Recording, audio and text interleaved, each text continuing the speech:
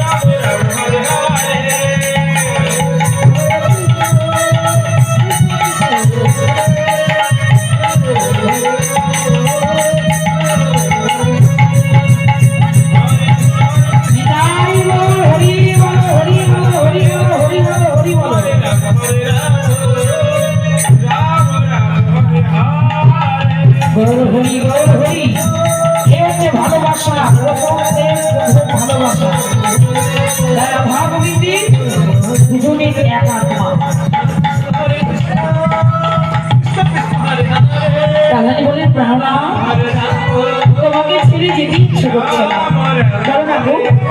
আরো কাছে তোমাকে কত পদে পাবো।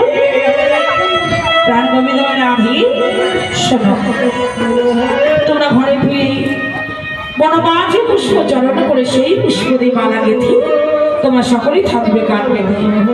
ভগবান সেই দিনই তোমার মনোবাসনা, সেই দিনই তোমার মনোবাসনা পূর্ণ করবে।